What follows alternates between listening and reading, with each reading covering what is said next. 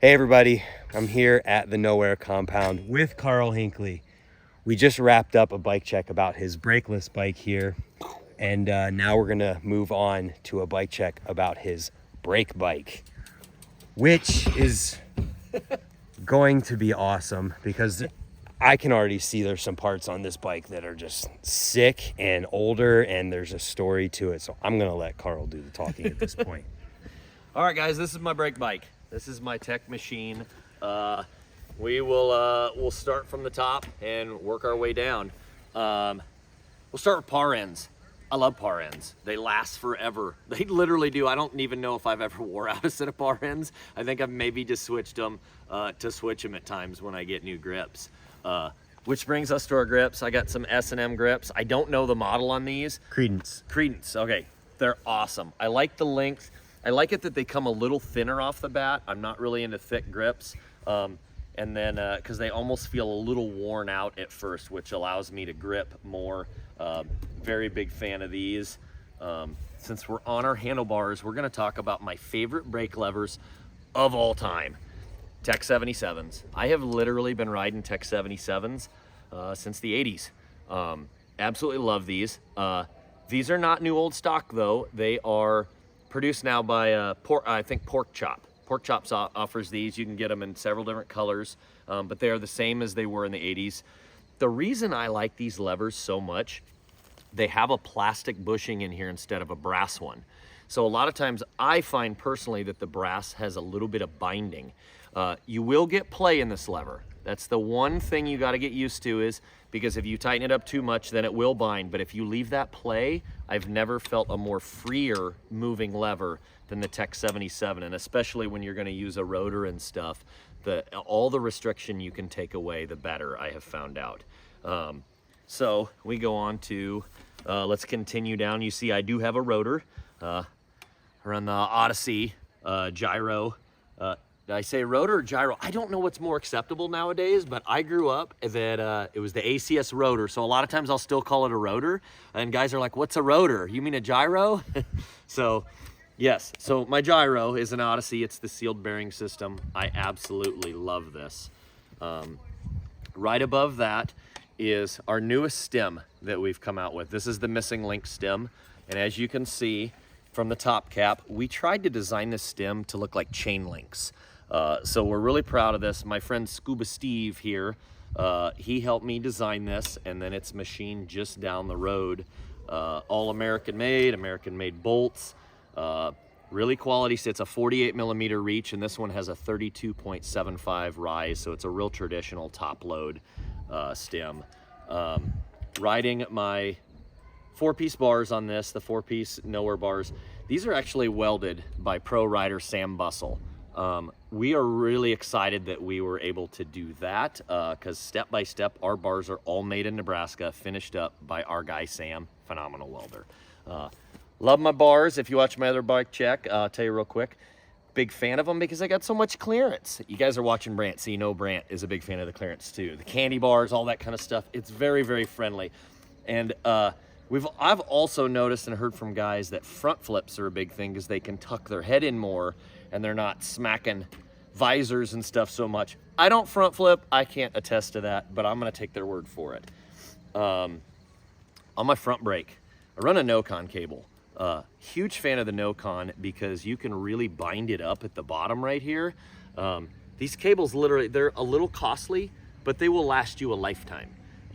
There's a little inner like Teflon sleeve that you can replace, and I've maybe replaced it 4 times in 10 years, but this cable will just last eternity. So big fan of the no-con. Funny story behind these is I ended up buying like 10 no-con cables off eBay for like 30 bucks in a bunch of mix of colors. So got really lucky on that. Gonna move down with my fork. Now on this bike, I run a Deco fork. Huge, if it's not an Odyssey fork, which I think is one of the best forks ever produced, Deco. Chad DeGroot is a rad dude and he makes really, really good stuff. I like the offset on this fork. This one is a 28. So if you're really, you know, if the 25 is too sharp for you, but the 32 is too much, check out Deco because they got the 28 mil offset, and I find that perfect on my tech bike that I really, really dig. Spin her around. It's got 990 mounts. Got my favorite front brake I've ever had, the Fly Swalo. This thing, and if you listen to brake guys, they fight over these things trying to find them. I've had this thing forever. I really like it because where it crosses right here, it's straight. So a lot of brakes, when they tried the front brake, they would come at an angle right here, and then it would clamp. And when you would squeeze it, it would cause a rainbow effect, and it would make it bow up, so it wouldn't squeeze as smooth. The fact that this goes straight across makes this brake an amazing front brake. Clear brake pads. I believe these are the Odyssey 4x4s on this one, but I've also had the Eclats. Anything clear I've had great luck with, because I still ride, and brings you to my wheels. I ride chrome rims on my brake bike. Got used to these back in the day and the way they stick and feather, because when I try doing, like, let's say, well, a nose manual, or what I would call a nose manual, I learned them like Jay Muron back in the day. Very, very heavy feathering. I don't have the skill to do it brakeless. So I got a full speed go into it, grab a little brake, and just keep going with it. So that's why I ride the chrome rims. I have some custom tie spokes that were made by a company in Illinois that a friend of mine, Tony Larson at Mudslingers, ordered these spokes for me from a friend of his down the road.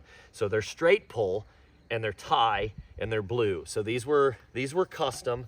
So I ordered some extra in case I break them, because they're straight pull, because I'm running the tree hubs. Again, both bikes, love the tree hubs. I'm a big fan of them.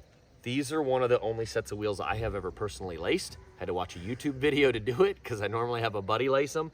I can do anything on a bike, except I'm not great at lacing wheels from the ground up. I've only done a few sets now, but I'm stoked that at least know how to do them. Good truing, but Maxxis tires, again, the Grifters. Love these tires. I wish I could find more of them right now, but they have a really good grip. With our indoor park, sometimes being out in the country, it can get a little dusty and a little slippery at times. Never have trouble with these Grifters. They grip great. Boom. Titanium pegs. Again, I got them on this bike as well as I do my other. And I think I had got these from a friend of mine, Barry Hughes, Mr. Hank Hill. He knew I wanted to have tie pegs on both bikes, so he sent me a new old stock set he had from 20 years ago. So thank you, Barry. That was super rad. That's crazy to think I'm running 20-year-old pegs, right? These are Shadow Conspiracy ones. Several companies made tie back in the day, and that's what I'm rocking.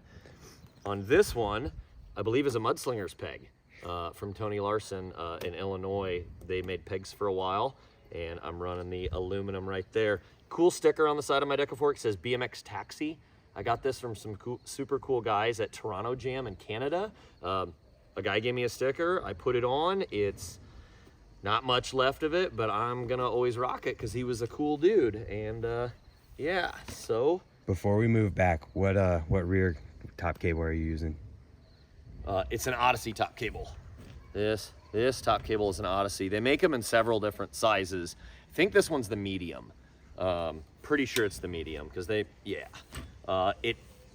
has the right amount of flex to still keep some clearance here with my bars and the flow like that. We'll talk about my frame right here, right dead center. This is the Mike Dinello signature frame. This one was the first prototype one that John Quartz, who is our current frame builder, made. Dude, and he just knocked it out of the park right off the bat. John Quartz is an amazing frame builder. We are so proud to have partnered with him and to make frames with him. So when I ride tech, I really, you got the clearance here, and that's awesome. But I'll tell you something I'm partial to. I like to do a lot of frame stand stuff. Trevor Watchring does too. If you ever watch him, he's good at the frame stand stuff. I'm a big fan of it. I like having this angle brace because I can put my foot on, and I like to do frame stand 540 taps, and it used to fold my foot in a traditional frame really bad, but having that brace and just stepping on it, I feel like I'm almost like on a pedal. It's amazing. I really like that. On our frames, on our brake units, we have triple guides right here. The reason we have the triple guides is this frame is essentially designed to have what we feel is the best braking possible. If you're gonna run a rotor. If you're gonna run a rotor, we wanted to run the straightest, shortest cable possible to have the least amount of binding. So we went down with the traditional you know, back in the day, they were traditional. You had the 990 mounts down below. So if you come down, you have less bend with the cable. We have the duals right here so that you can run them. And then we come to a set of barrel stops right here and just keep it nice and straight and right into the brake. Now, the reason it's a triple guide and not just a double is because once in a while, like, you're gonna have somebody that maybe wants to straight cable it for a little bit. If they decide they wanna do that, then they can go right down the center. We have to make these, John has to make these custom because there's not a fabrication place we can find that makes the triples. So it's another thing that we gotta fabricate special for our bikes. I notice I don't have a seat post clamp. That's interesting. We were just doing shows for our state fair, and a couple riders needed parts while we were doing things. And since I announce more than I ride when we're doing shows, sometimes my bikes get robbed a little, which you'll notice I also do not have a chain. I'm not a chainless guy. I'm not Taz Hernandez. I'm not that good at doing that. So there's no chain. I'm gonna get one from my local bike shop here shortly after this interview. Don't have the seat post clamp on right now because one of our riders was struggling with their seat moving. So I said, I'm gonna solve that. I gave them our straight jacket clamp, which if you watch our other bike check, you will notice their seat doesn't move anymore. I'm gonna put a new one on and pull it from our stock here to fix that. I don't remember who makes this seat post. A lot of times it's hard to find a really long seat post. I've gone through a couple that I have bent because my seat post is so long that if I bail from a high height, it hits and it bends the post. This one was fluted, and I can't remember, I apologize, what company makes this. And it may be bent a little right now, but this thing's gone through 3 years now. And having that fluted post gives it a little more strength for taking the brunt force of having to toss your bike. Not on purpose, mind you. Sometimes you just get scared in your old age and you gotta let it go. And I don't go down with the ship anymore. Mirror seat, again, I love these. They're fat, they got good grip, and they feel really good on an old man's butt as they're riding around. So I do a lot of sitting when I'm up there, and these seats, I just swear by them. They're awesome. My back brake is, it's a Diacomp Ombre. This is just like, this is the exact same thing as a 990 brake was back in the 80s. So it's just nice and simple. It's got a good spring. I like it that it caps over the spring. I've had some brakes where if the spring is exposed, I give it tension and then that spring starts to fold, pop out, and then you're having to get new springs. I've never had that issue with these. So it's a pretty decent brake. Like that a lot. Profile cranks. I run profile cranks on pretty much all my bikes, all my kids' bikes. Matt Copeland's one of the nicest guys I've ever met, and he makes great products. So definitely always, and they're 165 millimeter. On my tech bike, since I run a little bit shorter, this one's got a 20.6 top tube. I like to get my crank arms out of the way, so I got plenty of clearance up here when I'm stopping and tossing the bars. So that comes into play a lot why I ride the shorter crank arms on my shorter frame. Trying out the Eclat pedals right now. So far, I'm gonna say I'm a fan. I like them. They're not like the grandstand pedals I run on my other bikes, but I was out of town. I needed some pedals, and I stopped by Pusher Bike Shop in Denver, and my buddy Clay said, try these out. I'm trying them. I'm digging them. They're not too bad. Pretty decent pedals. Going to the rear, we got our matching tie peg, like we talked about there. We got our matching rear wheel, the tree hub, chrome rim, Maxxis tire. I'm trying to think if there's anything on this bike we forgot. Sprocket. Other than sprocket. Give her a little flip. Oh, Lifer sprocket again.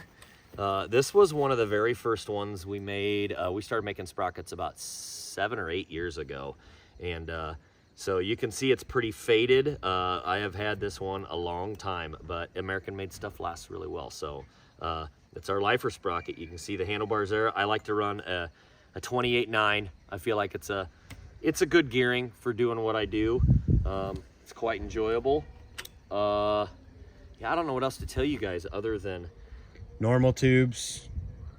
You got normal tubes. Normal in both? tubes. Okay.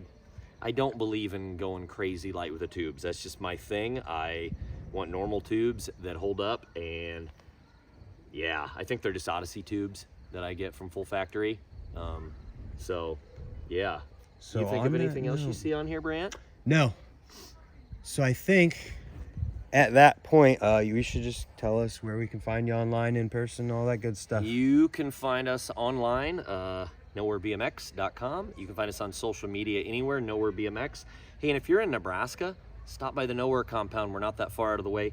We have got a local bike shop where you can get all your parts. You can pick up your Nowear stuff, and you can ride a indoor park for absolutely free. You can camp out, hang out with us, dude. We're welcoming. We just want to have fun and spread the love of BMX. So check them out. Subscribe here if you haven't. Watch the last bike check with that bike over there. And hopefully we'll see you tomorrow for another one in the Nowear Cornhucket series, I guess, at this point. So yeah, thanks for watching, and we'll see ya. Goodbye.